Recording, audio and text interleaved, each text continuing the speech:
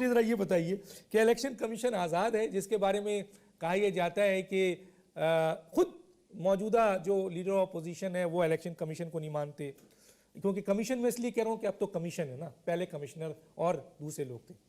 تو آپ سمجھتی ہیں کہ واقعی، اور پی ٹی آئی یا دوسرے لوگ کہتے ہیں کہ یہ آزاد الیکشن کمیشن ہی ہے، جبکہ پارلیمانی کمیٹی میں بیٹھ کر اس کو کانسٹیٹیوٹ کیا گیا ہے، تو پھر یہ آزاد کیوں نہیں ہے؟ کیا کہتی ہیں؟ تھینک یو ڈاکٹر صاحب. دیکھیے بات ساری کہ ایک تو آج آپ نے مجھے F16 کی اسپیڈ سے چلنے اور بہت گھن گرج سے بات کرنے کے لیے کہا. صحیح ہے. دیکھیے آزادی جو ہے وہ تو بذات خود ایک پابندی ہے، ایک ذمہ داری ہے. اگر کسی ادارے کا سربراہ یا وہ ادارہ اس ذمہ داری کو ایکسرسائز نہیں کرتا تو پھر وہ اس بات کا اہل نہیں ہے کہ اس کو اس آزاد ادارے کا سربراہ بنایا جائے. پہلی بات. دوسری بات، ہم سب سے زیادہ جو اگنور کرتے ہیں کہ الیکشن کمیشن کے آزاد ہونے، کریڈیبل ہونے کا فیصلہ جو سب سے بڑا اسٹیک ہولڈر ہے اس کو تو ایک طرف پھینکا ہوا ہے، اور وہ اسٹیک ہولڈرز آپ نے اچھا کیا آج لے لیا، وہ ہیں عوام. ووٹر سب سے بڑا اسٹیک ہولڈر ہے. یہ سیاسی پارٹیاں اسٹیک ہولڈرز نہیں ہیں. اگر یہ الیکشن کنٹیسٹنٹس ہیں یہ، لیکن اگر ان کو کوئی ووٹ ڈالنے نہ جائے تو کیا حیثیت رہ جاتی ہے ان کی؟ کوئی حیثیت نہیں ہے. ٹھیک ہے جی.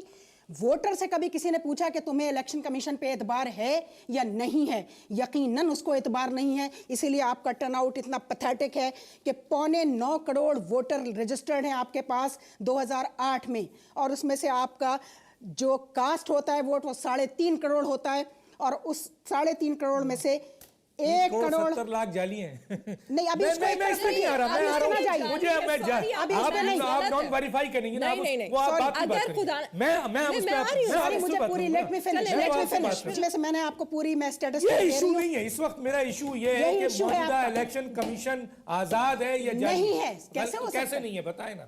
دیکھیے پارٹی کا اپوائنٹ کیا ہوا چیف، اب وہ ایک تو بڑی مصیبت یہ ہے کہ سارے لوگ اس کو ابھی تک چیف الیکشن کمشنر کہہ رہے ہیں. He is a chairman of the commission now, his designation. ٹھیک ہے، چیئرمین اس پارٹی کا اپوائنٹ کیا ہوا ہے ہو از دا رولنگ پارٹی. ٹھیک ہے جی.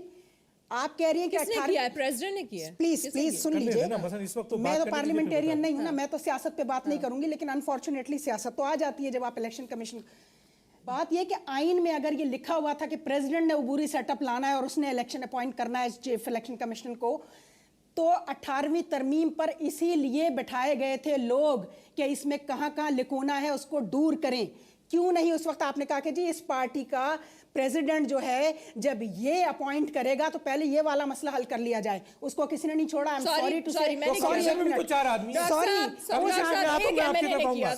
18ویں ترمیم میں نے ایک ہی مرد دیکھا جس نے اس میں ووٹ نہیں دیا پوری اسمبلی میں، and that was Kashmala Tariq. ٹھیک ہے، جو لوگ اس 18ویں ترمیم میں بیٹھے ہوئے تھے وہ سارے ان کے اپنے انٹرسٹ ہیں. اور بھی تو ممبر ہیں نا، ان کو بھی تو پارلیمانی کمیٹی نے، کیا وہ آزاد نہیں ہے؟ اب الیکشن کمیشن کے 5 ووٹ ہیں، پانچوں ایکول سٹیٹس ایکول ویٹ رکھتے ہیں. ٹھیک ہے، رکھتے ہیں نا جی. اب سنا جو جا رہا ہے، میں اس پہ کوئی بات نہیں کروں گی کہ جو غلط ہے صحیح ہے. یہ سنا جا رہا ہے کہ 2 ممبرز جو ہیں وہ ایک پارٹی کے ہیں، 2 دوسری پارٹی کے ہیں. جھگڑا یہ ہو رہا ہے کہ تیسرا کس کے ساتھ جائے تاکہ ویٹ ادھر زیادہ ہو.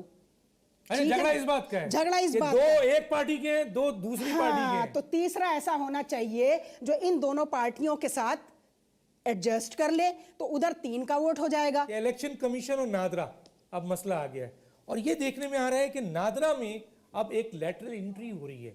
تو آپ سمجھتے ہیں کہ اگر نادرا میں لیٹرل انٹری ہوگی تو پھر وہاں پر مسائل ہوں گے، پھر یہ ان ویریفائڈ بوگس اس قسم کے ووٹرز آ جائیں گے، تو پھر الیکشن کمیشن اور یہ ساری چیزیں کیا ہوگی؟ کیا الیکشن کمیشن اپنی ذمہ داری کچھ اس سے بچنا چاہتا ہے؟ کیا چاہتا ہے؟ کیونکہ آپ الیکشن کمیشن میں رہ چکی ہیں، کیا کہیں گے آپ؟ دیکھیے نادرا کے ساتھ پہلے بھی ایک ہم نے ایکسپیریمنٹ کیا تھا 2000 میں لوکل گورنمنٹ کے لیے، اور کتنا شور مچا تھا. ایک ووٹ بھی ویریفائی نہیں ہو پا رہا تھا، وہ ضائع گیا. تو پھر یہ طے ہوا کہ ہم باہر سے کمپیوٹرائز لسٹیں بنوائیں گے، اور اس کمپیوٹرائز لسٹوں کا الیکشن ریفارمز کے نام پر ان کو معلوم ہے امریکن این جی اوز سے 1 ارب روپیہ لیا گیا، جس میں سے 90 کروڑ روپیہ کھا لیا گیا کمپیوٹرائز ووٹر لسٹوں کے نام پہ. بڑا شور مچا، میڈیا بڑا چیخا، مگر مجال ہے کسی کے کان پر جوں رینگی ہو.